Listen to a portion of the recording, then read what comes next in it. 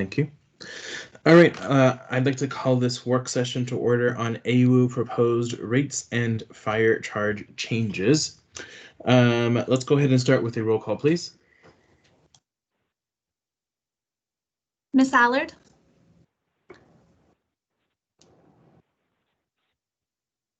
Mr. Constant? Mr. Dunbar? Here. Ms. Kennedy? Here. Ms. LaFrance? Mr. Perez-Verdia? Here. Mr. Peterson?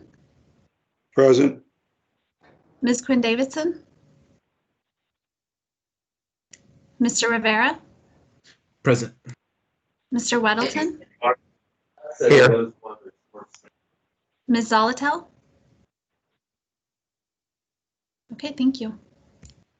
Thank you. Just as a reminder, if you are not speaking, if you please put yourself on mute, that would be helpful.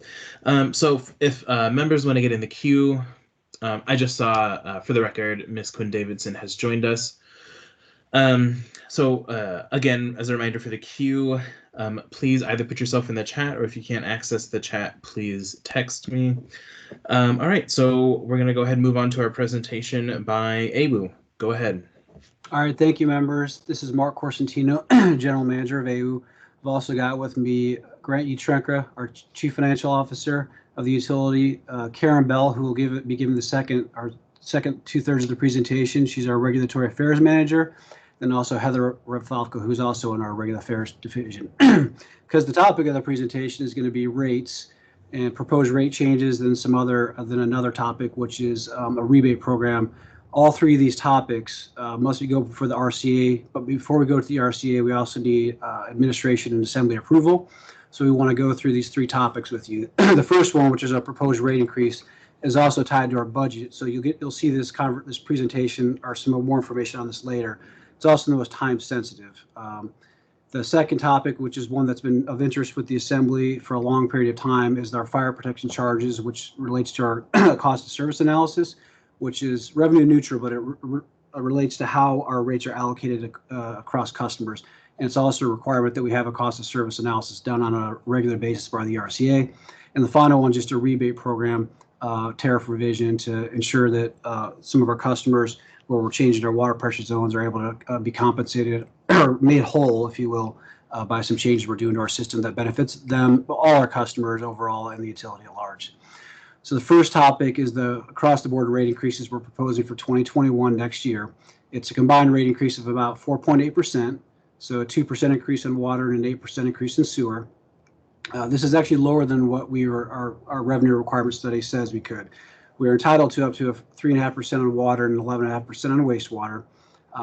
For the obvious reasons, given the pandemic and economic uncertainty, we're asking for less. We're also delaying the rate increase till after the first quarter of next year, in hopes there'll be some sort of economic recovery. The drivers for the rate increase is for us, it's a calculated number. Our expenses have gone up.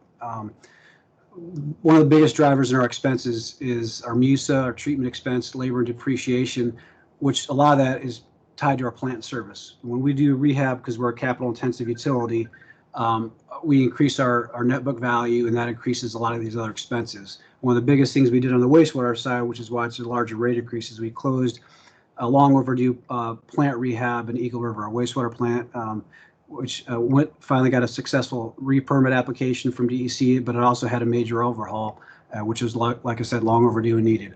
So kind of what I was showing you, the drivers. Before you continue, Mr. Corsentino, just want to note for the record, we've been joined by Ms. Zolotel. Please continue. Okay. So the drivers in our rate increases are, like I said, our operating expenses, and some of the larger expenses are depreciation and MUSA expenses, because those are tied to our capital expenses. And that's, like I said in the previous slide, we went up on $32 million in the wastewater side based in 2019.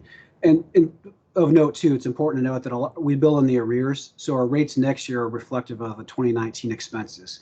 That's just part of being an economically regulated utility. There's a lag there, and that's just how it is. So what that means for customers then on the water side, remember we're two separate separate utilities. On the water side, the change will go from our current rate from our single-family residential to $1 per month increase, roughly. The of note too, which will come more highlighted in the second half of this presentation, is the fire department charge for public fire protection needs. They pay currently $435,000 a month. It's going to go to $445,000, so that's an $8,700 per month increase, and there'll be some more discussions on that in the next part of this presentation. And on the wastewater side, the current rate's $48 a month. It's going to go up to about $52, so it's just under a $4 per month increase. And for those of you that have customers that use septic haulers, the current rate is $26 to $27 per 1,000 gallons. It'll go up to $28 or $29 per 1,000 gallons, a $2 increase per 1,000 gallons of usage. What's important to note, though, is our rates are competitive. When you look at our peers, our combined rates for the two utilities are just under $110. This is next year's rates. These are the last year's rates for these other utilities. But you can see, is compared to our peers, we are competitive, and that's important to note. So here's where we've been at. We've gone through this rigorously with our board on the rate proposed rate increases. They've approved it unanimously because we've gone through an exhaustive effort with them, and that is open to public comment and testimony. But we need to go through. We need approval from the assembly, this body, and we're going to introduce 17th. Between now and then, we'll also have the budget presentation with OMB, so there'll be further opportunity to get more information. And then the more important thing is, the reason why it's time sensitive is we do have to go before the RCA and submit this by the end of this year. And those rates will be proposed as interim refundable, which means they'll go into effect, usually we go into effect the January 1st of 2021. We're delaying that till after the first quarter because of the COVID economic uncertainty to try to give some sort of rate relief. And then they have a whole 450 days to act on it. If they accept the rates as is, the rates that the delta between the rates now and the future rates proposed will go to the utility. All that money goes into escrow initially when we say interim or refundable. If they accept the rates as is, the money goes to the utility. If they accept a portion of the rates, the portion that they don't accept will be refunded to customers. So that's how that interim refundable works. So with that, I'll take a brief pause here. If there's any questions on the proposed rate increases before we go to the next two topics, I'll give you a moment if there's anyone who wants to raise their hand and ask any questions, because the next sec will be the fire protection charge and our cost of service analysis. Okay, I'm not seeing Actually, any. I do have a question, a couple of questions now. First from Ms. Kennedy. Thank you, Mr. Chair. I just wanted clarification. Are you saying that the rates will be increased before we actually have permission from the RCA? And then if the RCA does not approve it, people will be refunded? So in other words, we go ahead and start charging at the new rate without actual approval? Good question through the chair, Ms. Kennedy. Kind of is essentially, and that's a way of looking at it, but they do give you an interim rate increase. In other words, typically what we do is when we go for a rate increase, it's interim and refundable effective the first date of, or the first of the year on the year we're proposing the rate increases.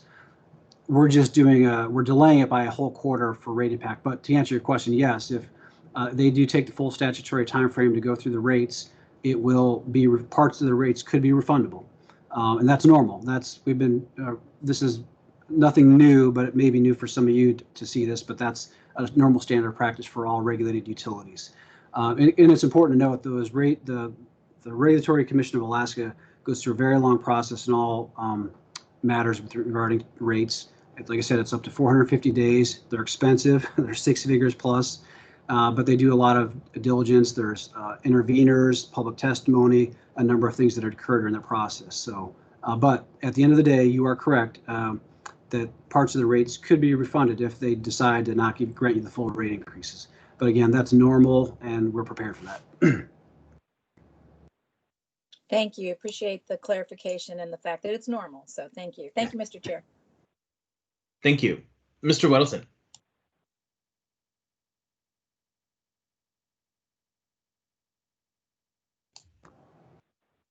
You're on mute. Yeah. Yeah, you're on mute, Mr. Whittleton. Also, want to note for the record, we've been joined by Mr. Constant. Go ahead, Mr. Whittleton.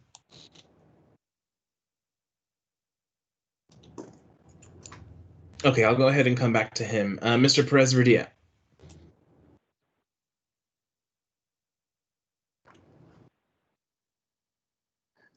Okay, can you hear me now? Yes, I can hear you now.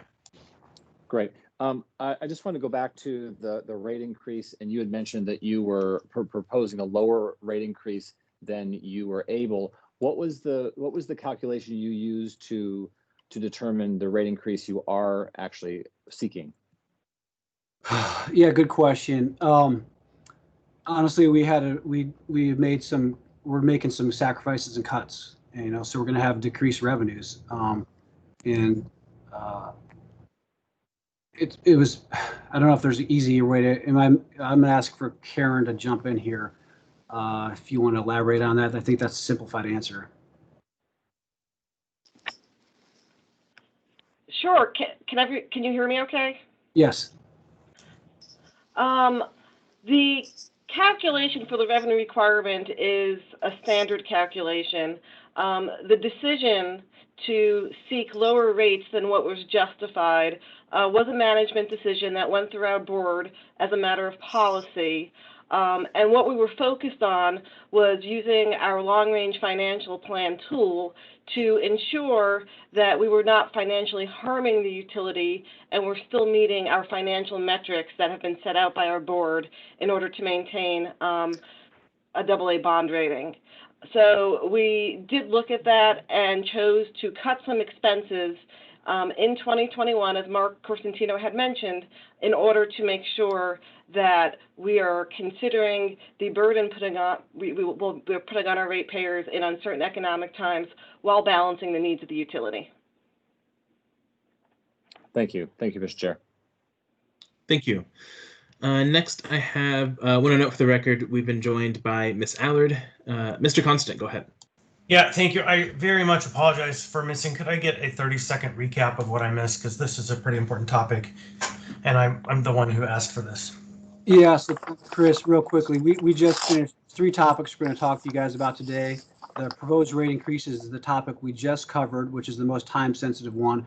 We have not started yet the one that you've been most interested in, which is our fire protection charge methodology proposed changes and our cost of service study analysis. And there's one final topic, which we hope we'll get to, which is our proposed rebate program to compensate for some pressure zone changes we're making in some areas. Thank you. Thank you. So, Mr. Whittleton, are you back with us?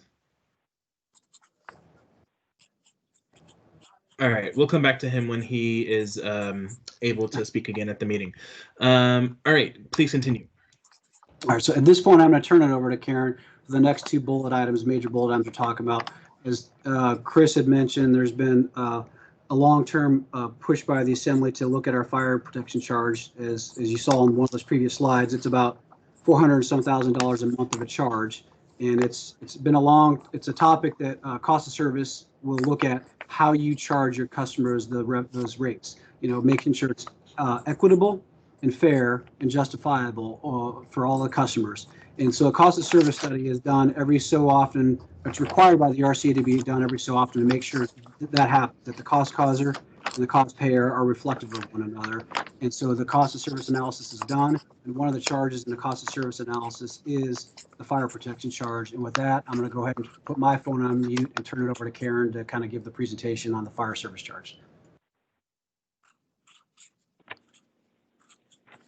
Good afternoon, everyone. My name's Karen Bell. I'm the Regulatory Affairs Manager for Anchorage Water and Wastewater Utility.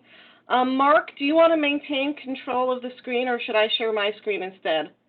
I'll go ahead and move it forward for you. Go ahead. Okay. So I'm going to start off by giving a brief description of what is a fire protection charge, because understanding the components of this is really important as we move forward to discuss who benefits from fire protection and the most appropriate way to allocate fire protection and rates. Fire protection reflects the cost to operate and maintain public hydrants and provide standby service for firefighting. So this means it actually includes direct costs and indirect costs, which you'll hear me talk about as I go through these slides. Direct costs are going to be things related specifically to public fire hydrants, maintenance associated with them, capital costs associated with them, and then some proportional costs that go along with capital assets and a cost of service study, such as administrative and general costs. Indirect costs will be the oversizing of our system to ensure that we have proper fire flow in order to maintain the system, maintain system pressure if two fires were to occur at the same time in Anchorage. There's also two different types of fire protection when you're looking at a cost of service study analysis. There's a public fire protection charge, which is related to hydrants and the oversizing of the system. There's also an option to have a private fire protection charge, which would be a charge specific to commercial buildings that have sprinkler systems and private hydrants. Anchorage Water Utility actually did have a private fire protection charge from 1976 to 1980. They can be very controversial to implement. And if we were to implement one now, we would need to do some additional data collection to really find out who has sprinkler systems in our service area. So currently, all of our charges are considered public fire protection. A brief history of the fire protection rate that is in the Anchorage Water Utility.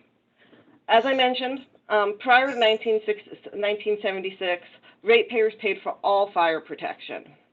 After 1976, a split was implemented where the municipality has paid a portion of it and ratepayers paid a portion of that. In 1980, commercial customers filed a lawsuit over that private fire protection charge. And ultimately, the private fire protection charge was removed from our rates. And what occurred was an agreement between the municipality of Anchorage and Anchorage Water Utility that was approved by what is the RCA today for an annual municipal charge. That municipal charge has increased, not on an annual basis, but every time we do a rate increase. Back in 2002, there was a proposal put before the Assembly to remove the municipal charge and instead allocate all costs to ratepayers. That was rejected by the Assembly back then, and since then we've been charging the municipal charge. I do see that there's a question. I see a comment that I should pause. Is there a question? No, you're good. Please continue. Oh, okay.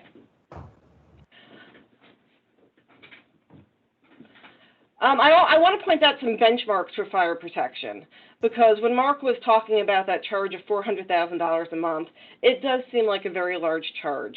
I do want to put it into perspective. Maine Public Utilities Commission did an analysis in 1987 that they then affirmed in 1996 that public fire protection tends to be about 6% or to 30% of revenue. The Wisconsin Public Utilities Commission has found it to be 9% to 45% of revenue. Based on the cost of service study that we did for a 2019 test year, which, if implemented, would put rates in effect in 2022, fire protection for the Anchorage Water Utility is about 9% of revenue. So we are in the low end of the range. But that does result in a municipal charge, which after the rate increase going into effect on April 1st would be $5.3 million annually. It would change to $5.9 million if the cost of service study was implemented. $2 million of that would be direct fire, and approximately $3.8 million would be indirect fire. At the end of 2018, I believe, the Assembly had asked us to look into different methods for allocating the fire protection charge. One method is a blended rate, meaning some costs would go to the municipality as a fire protection charge, and some costs would go to ratepayers. If we were to do that, the results would be, of that $5.9 million charge, 4.4 would be the municipal annual charge, and 1.6 would go into rates for AWWU ratepayers.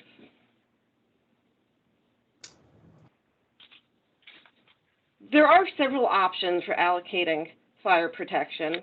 The ones highlighted are what I'm going to illustrate through the cost of service study. For public fire protection, we could continue with the current methodology, which is all fire protection is charged to the municipality. We could also charge all fire protection to AWWU customers. Cost allocations are usually based on building type, meter size, line size. Or you could split charges between the municipality and AWWU customers. And that's what we're going to look at. For private fire protection, we can continue with the current methodology, which is we do not have a private fire protection charge. We could choose to charge customers with private hydrants. We could choose to charge customers with sprinkler systems. As I mentioned, that would require some additional data collection, so we're sticking at this point for illustration with the existing methodology.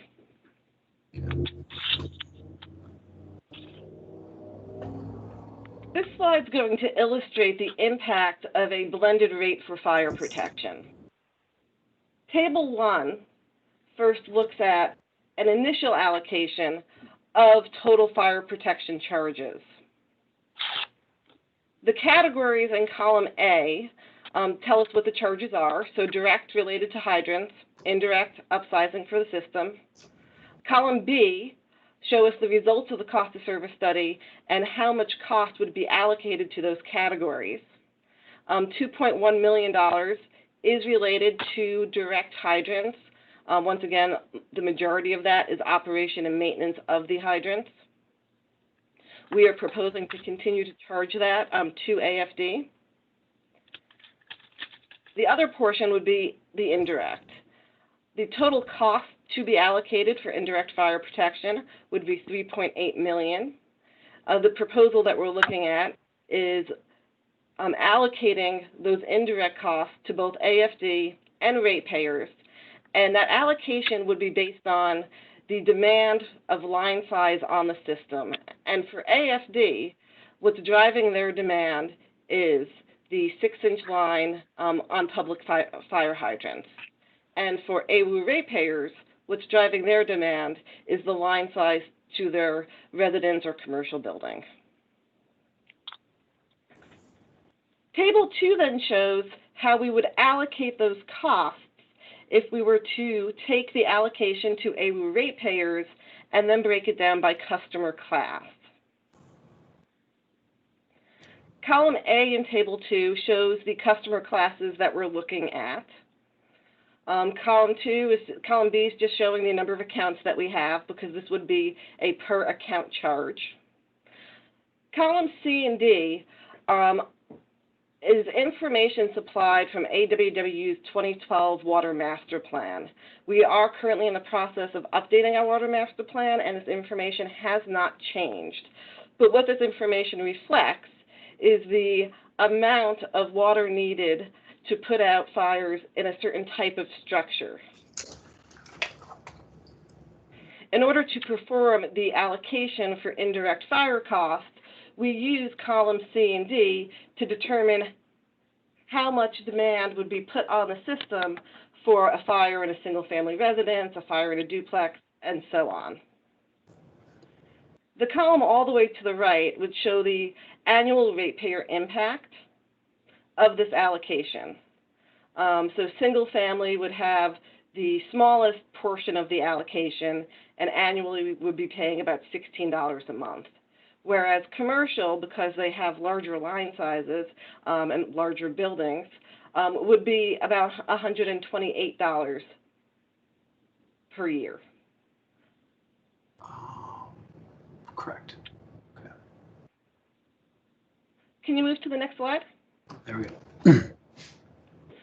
So before I show you the next slide, which is coming, which will look at the overall billing impacts of the fire protection charge, we also need to consider the impacts of the cost of service study. AWWU performed a cost of service study on a 2004 test year last, so it has been quite some time. And that 2004 test year actually was not implemented because the rates proposed were very close to the rates that were already in effect.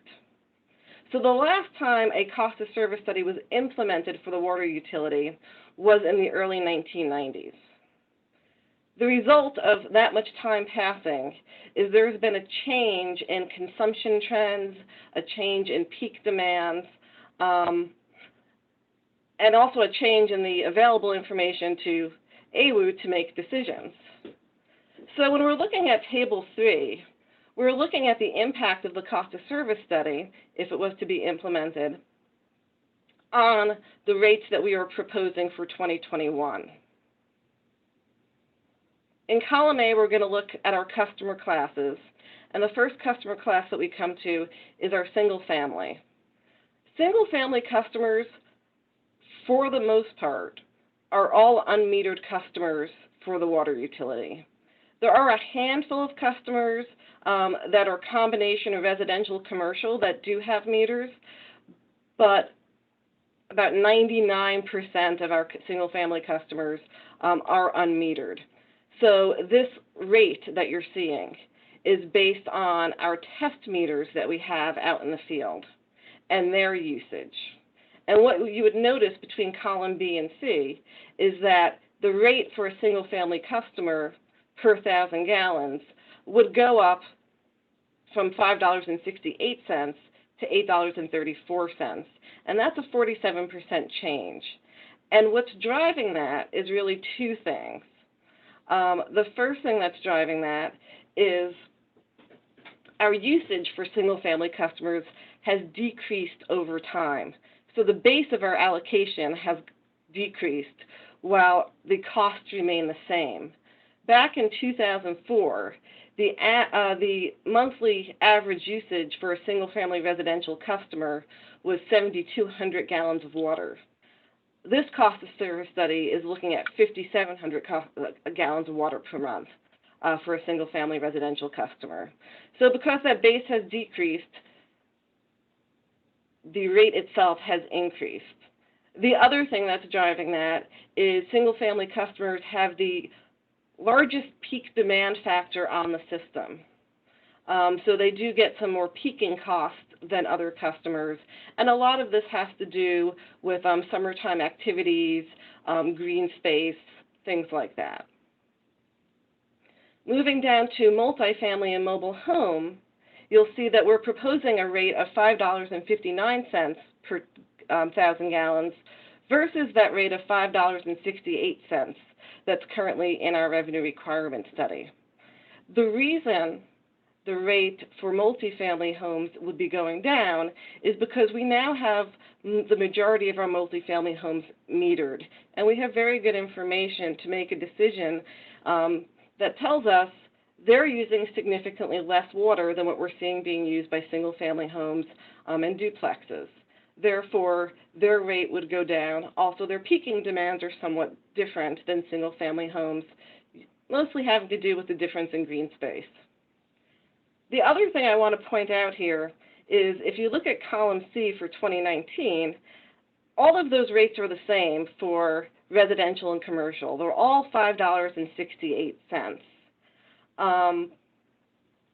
Back in 1992, when the cost of service study was implemented for water, the decision was made to average the volume rate across all customer classes.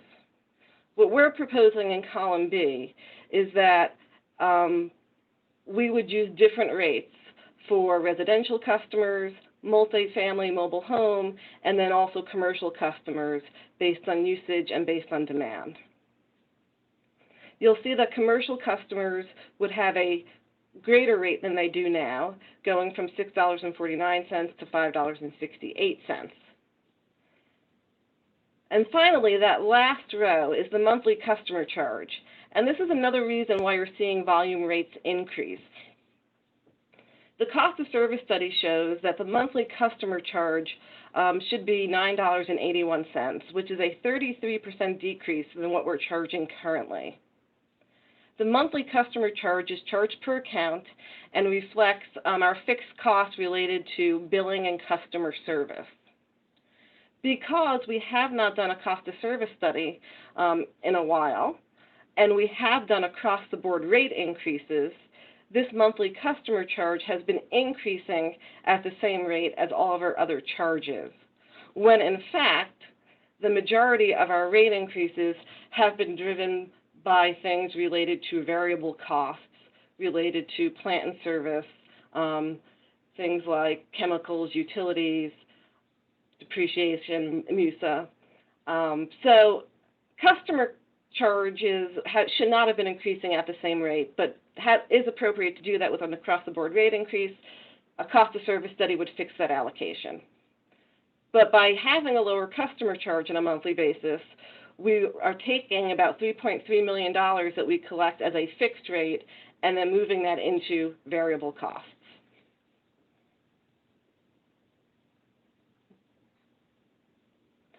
I wanted to go through that first because when you look at the impacts on monthly bills of implementing this cost of service study, which we still consider the results to be preliminary, we're still doing some final internal reviews, but when you implement them, you see on the far right that there are some significant swings, and it's important to understand what's causing those significant swings. So for Table 4, single-family residential customers, these are unmetered charges. So we're using the metered rate that we saw in Table 3. We're applying it to average consumption based on test meters, and we're creating an unmetered usage charge. That unmetered usage charge for single-family residential customers would increase from $40.91 to $47.82. Their customer charge would decrease, and they would also have a fire protection charge if we choose to implement the blended rate.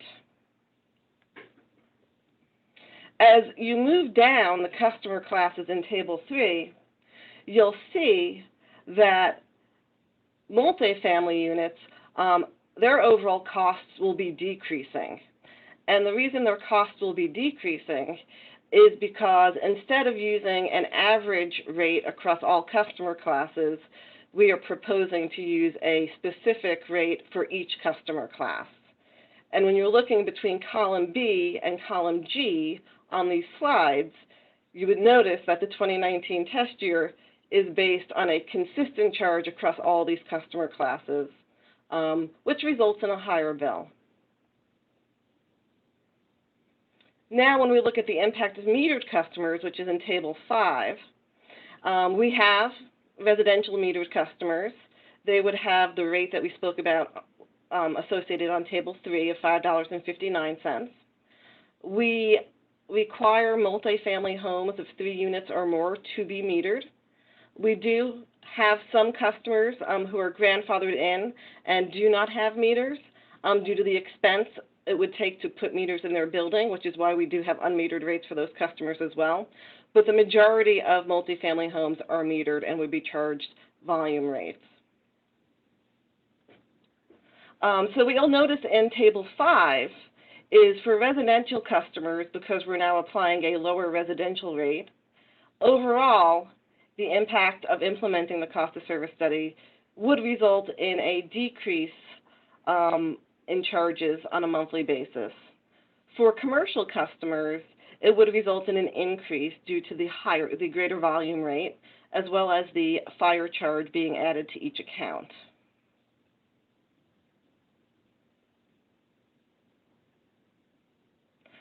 You can move to the next slide, Mark. Now I just want to point out some risks and some trade-offs with cost of service studies. There are some risks with submitting a cost of service study. Changes to the fire protection rate design may not be approved as filed by the RCA, so we could actually receive a different allocation of costs than expected, which could create a higher municipal charge for fire protection. As I mentioned, there could be legal challenges with trying to implement a fire protection rate to ratepayers. It could result in a larger uncollectible expense for the utility because we're going from a rate that's charged to the municipality to a rate that's charged to ratepayers, and we have uncollectible expense with ratepayers. Also, Alaska statute does have a provision for a reduced fee if you have a fire protection rate and you have a fire protection sprinkler system in your commercial or residence. We have not applied that in the cost of service study at this point because we are not seeking private fire protection rates related to sprinklers. Fairbanks does charge their customers both private fire protection and public fire protection. They only take the discount on the private fire protection rate. Since we're only looking at public fire protection rates, we have not applied a reduced fee, but there is a possibility that one could be appropriate. Next slide, please. And then finally, the trade-offs with submitting a cost of service study and a fire protection rate design change. There's pros and cons to every methodology that we looked at today, and there's no one methodology that's perfect. So if we were to change the fire protection rate design, it does better align cost causer, cost payer. It results in tax-exempt organizations paying a portion of fire protection. But it also can shift costs currently paid by landlords through taxes to renters because the utility allows renters to sign up as customers for service. They would receive that fire protection charge in their bill, not their landlord. You could potentially create confusion or perception of a duplicate charge with taxes. So any design change would definitely need to have a good deal of public involvement and education. And it will result in a larger water bill for ratepayers, which goes back to that risk of a higher uncollectible expense for the utility. Changes from the cost of service study not related to fire protection also have some trade-offs. And the changes I'm speaking of here is really moving between the fixed costs, the fixed rate of the customer charge to higher variable rates, and then moving away from an average charge for all types of customers and creating a more individual charge based on structure. So allocating more cost to metered usage versus fixed charges. It does align cost causer, cost payer, especially for multi-unit residential customers.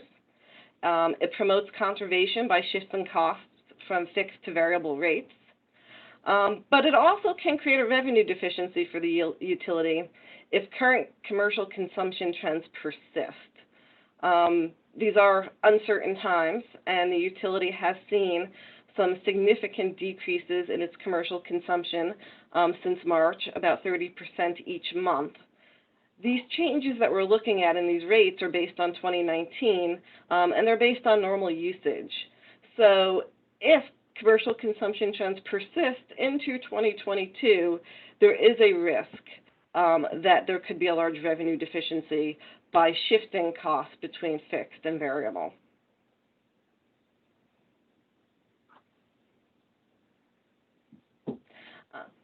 So next steps.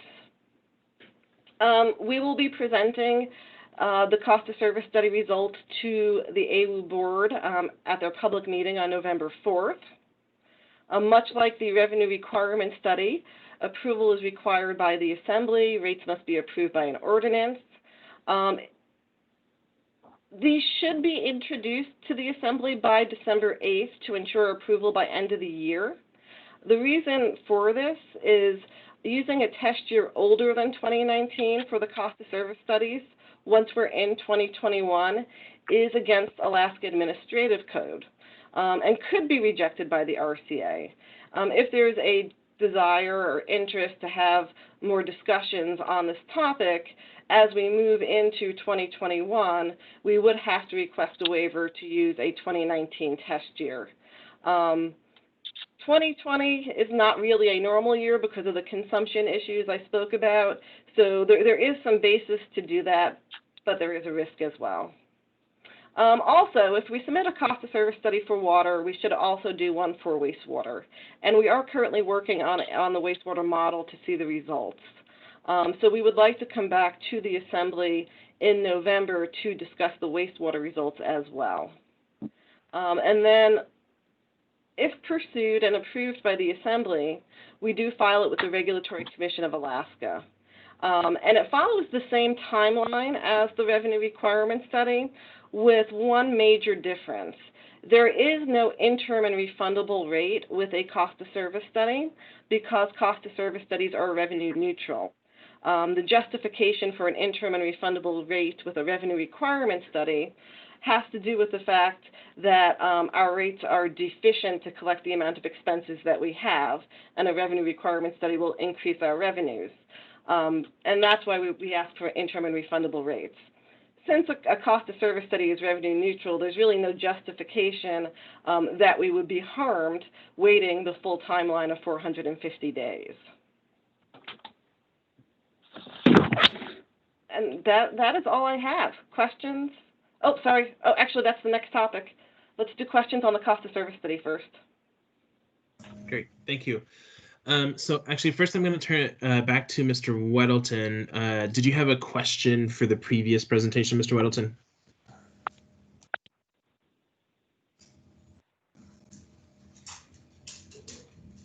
You're on mute, Mr. Weddleton. Now? There you go. I can hear you now. Hi, can you hear me? Yes. Yes, we can hear you. Oh, okay. Sorry, I'm bobbling my technology here. So back on the other one, and I'm sorry, I don't know what I missed, but I know I was there when Crystal asked her question about kind of increasing rates before there was approval, and it seemed like last year that had happened. I think rates were increased, and then RCA said, well, that's too much, and we got a refund. So you're looking at the increases now. Would you? Surely you factored that in, but I mean, how do those two relate? Well, I'll answer that through the chair. This is Mark. We didn't submit a rate increase last year, so we had a 0% rate increase last year. What you're talking about is the prior year, in let's see, 2020 we did not submit a rate, so 2019. Gotta go back. We submitted a rate increase, I think, in 2018 that took of all 2019 to get through. So they permanently went into effect the first of this year. Is that, if memory serves me right, Karen? But they were interim or refundable when we first went into effect, I think, in the first of 2018, and then they permanently went into effect in the end after the 450-day timeline. But part of it, I think we asked for, I think at that time, a 7 to 9%. We settled on something less, so we did refund a portion of that, but it was pretty darn close. Does that answer your question, John? Yeah, thanks. Thank you. Ms. Kennedy? Thank you, Mr. Chair. I would like to go all the way back to the definition of fire protection charges, and because I really don't quite grasp exactly what the costs are generated from. I mean, what really makes up the fact that there's a cost that needs to be charged? I mean, obviously, vast majority of people are not going to have a fire in their residence or even in their commercial building.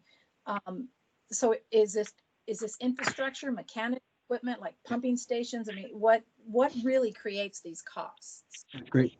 Through the chair, great question, Ms. Kennedy.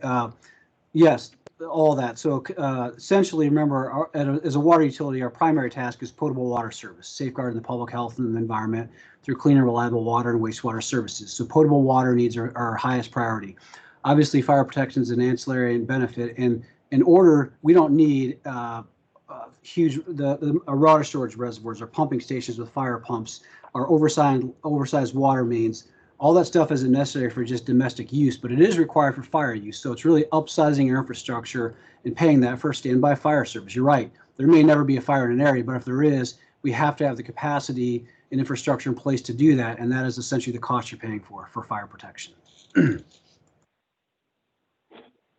Great. That helps. Thank you. Thank you, Mr. Chair. Thank you. Mr. Constant?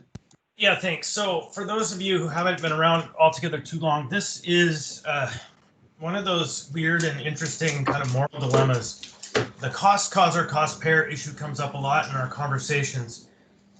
The issue that we really see here is that we have many members of the municipality who are taxpayers who are paying for services they don't and can't receive because they live in a place where they don't have fire hydrants where there's no water system. And the rate study was pretty complex, what I just saw, and I probably would like to sit down for a more thorough briefing so I can understand what I'm seeing.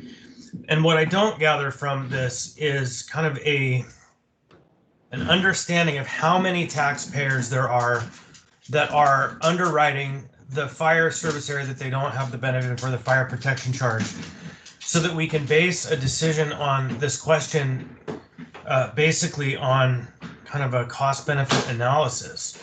So ultimately, this was an item that Ms. Domboski and I were both pushing for, and essentially what would happen in this case is my constituency would end up paying more because of this deal if we go through this cost of service analysis and more closely tie the costs to the cost causer and the user essentially. And so, but I think it's only fair that the people who don't receive the benefit don't pay for the expense. And so that's kind of what's driving this. And I would like to see on a next step of this conversation, either a table or a map that shows the overlap of the fire service area, the fire protection charge over the kind of taxpayer base that's paying for it, and maybe the number of individuals who are not receiving the service but are paying for it, so that we can make that kind of assumption or make that decision based on a very thoughtful assumption. So that's kind of my approach to this and why this question is before everybody from my perspective. So through the chair, this is Mark. Chris, we do have these maps and we can share. I don't know when and how is the appropriate time to share them, but it does address that issue. But as you can see, if you can see this map, this shows you the hydrants and it shows you kind of some of the areas in the hillside that they're in the fire service district, but they don't have hydrants within 1,000 feet.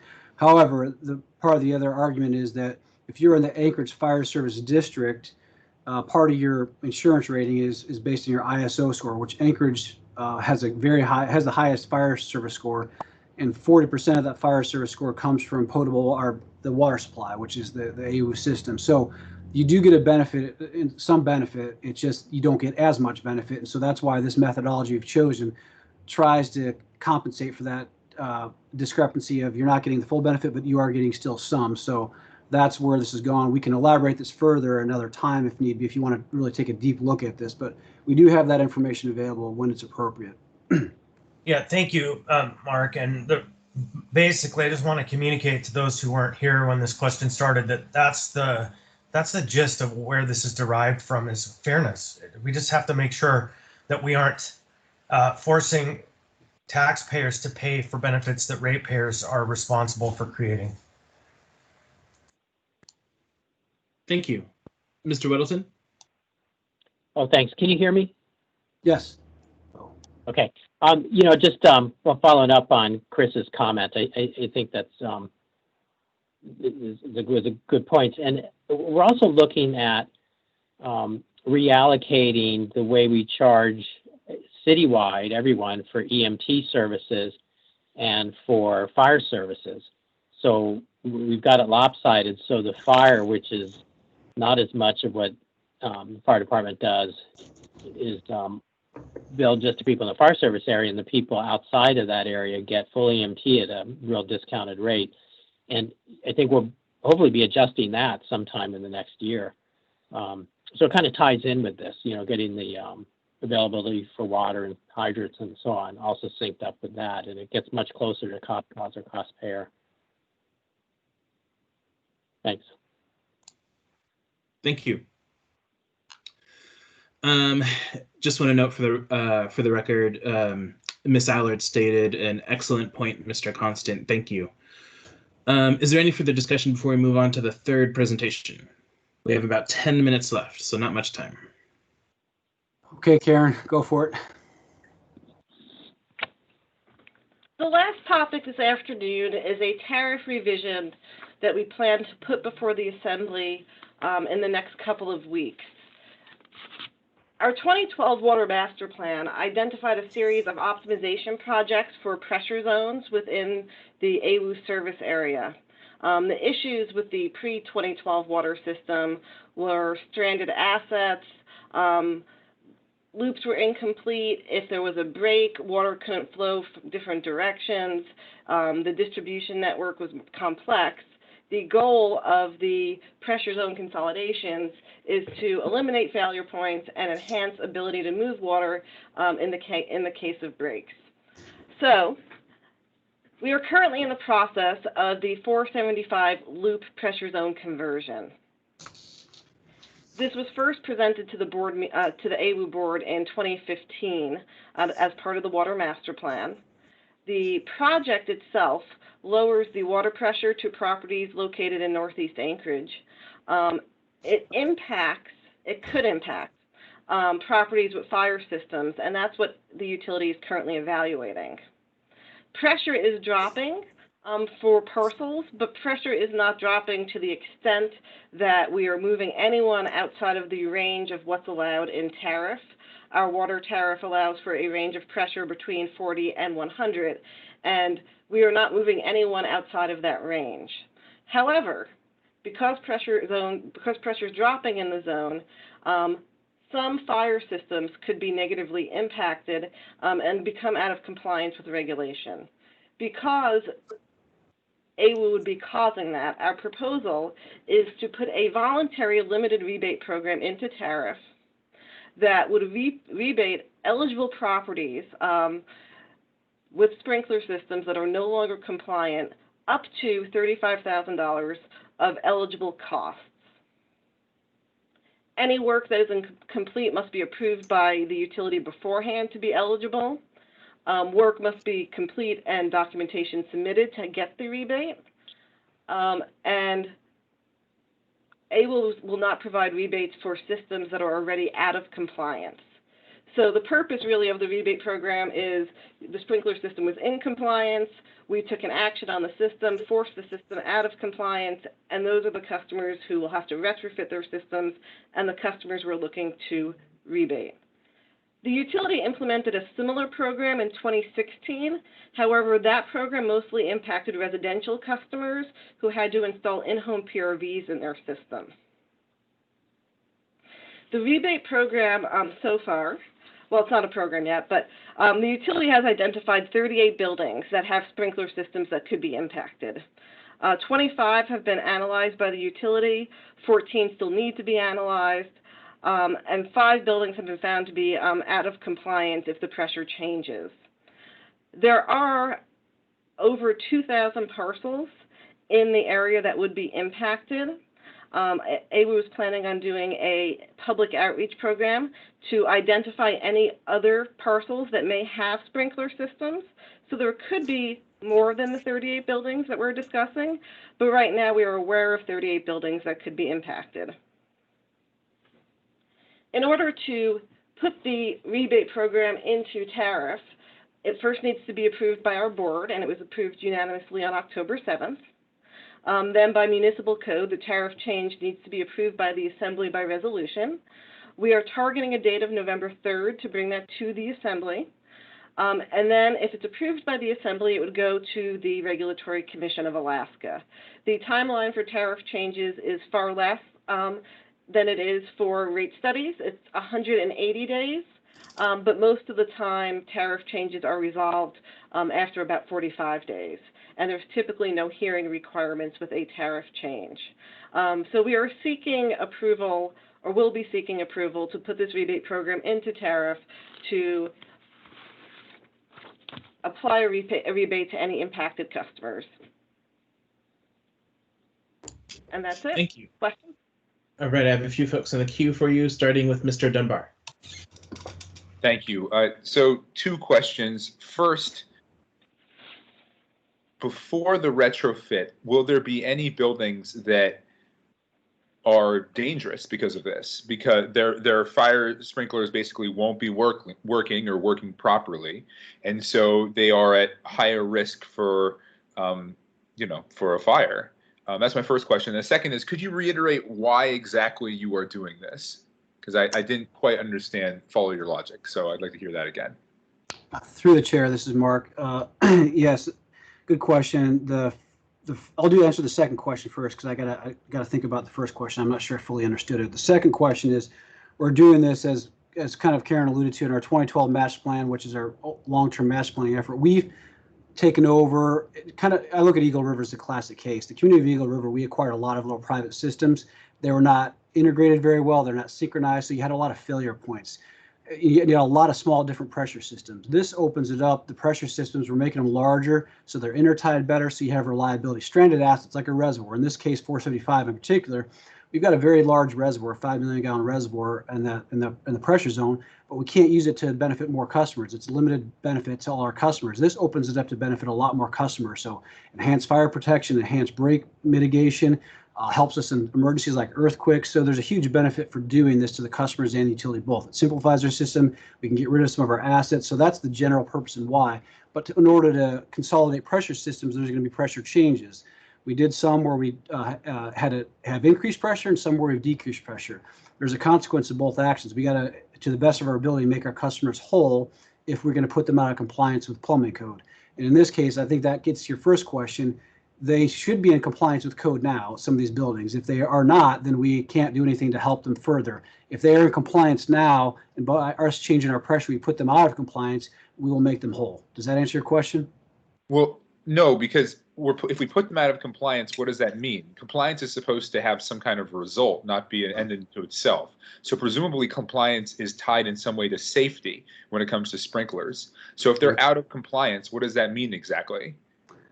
Well, it means the sprinkler system wouldn't work out. You know, in other words, they designed the sprinkler. Yes. Okay. So yeah, I mean, so doesn't that increase the chance of some people die in a fire in these 38 buildings? Well, that's why we're going through this program, to avoid that. Okay, but will there be a time? How long does it take to retrofit? Will it be retrofitted before this comes online? Correct. Okay, and we're sure we can get every building retrofitted for that amount before we flip this switch. As long as they are, it's a voluntary program, and we will make it available, but we can't force customers to do things. Now, they could be out of compliance with MOA building safety and at that point, but we can only, we will work to do everything we can to make sure that occurs. Okay, thank you, Mr. Chair. Thank you. All right, so we're going to go through our last two folks in the queue, and then we're probably going to end this work session. So start with Mr. Weddleton. Okay, thank you. So following up on what Forrest was talking about, could you tell us what do people do to retrofit, to make their systems work? And this becomes important because we're looking at changes in the building code that could expand significantly, the number of homes that would be required to have sprinklers. Can a new sprinkler system account for the lower pressure and not be more expensive? Through the chair, good question. By and large, most of them are fairly simple and inexpensive. They're changing the sprinkler heads for the most part. That's what we're seeing. But every building is unique. That's why we're going through each building with the owners to reconcile that. Some of them may require a different pump because a lot of these sprinkler systems may have a pump, or they may not have a pump. We may have to put one in place. Each building is unique, which is why there's kind of a spread of the different costs. But that's on a case by case, on each individual basis. We're working with the building owners to reconcile what needs to be done. But by and large, one of the simplest and most cost-effective ways is just changing the sprinkler heads. Because here's the other thing that's to note on this, what wasn't clear on this. We're not changing the pressure by very much at all in this zone. We're changing it by like 4 PSI, 4 to less than 10 PSI, which is not a huge change, but it's enough to just take, if they're barely in compliance now, when I say barely in compliance, their sprinkler system needs a certain minimum pressure. They may be at that minimum pressure now, but they're still in compliance. We are just taking them barely below there, but it's enough of a risk for us to say we were going to do the right thing and make sure we keep them in safety compliance. Okay, if I could follow up briefly. Sure.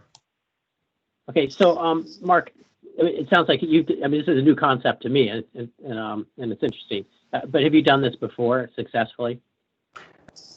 We did on the so. Like I said, these pressure zone conversions, we've had increased pressures in areas and decreased pressures in areas.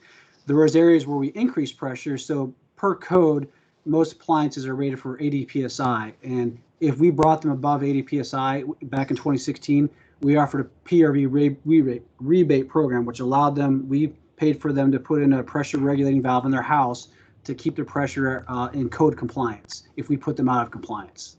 So yes, it has worked and it has been successful in the past. All right, good. Thank you. Thank you. Mr. Constant.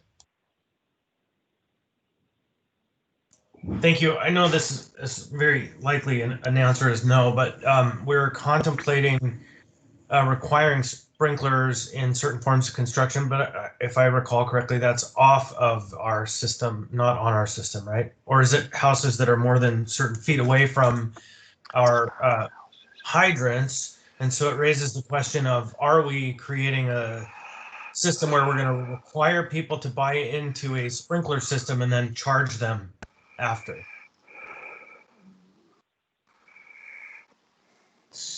Through the chair, Chris, that's a question I'm not terribly familiar with at this point in time, so I don't know that I can answer that. If I don't know if someone else, if you were targeting me or AWWU, I have little involvement. I'm assuming our planning department might, and I can certainly look into that, but I don't have any knowledge of that at this point in time.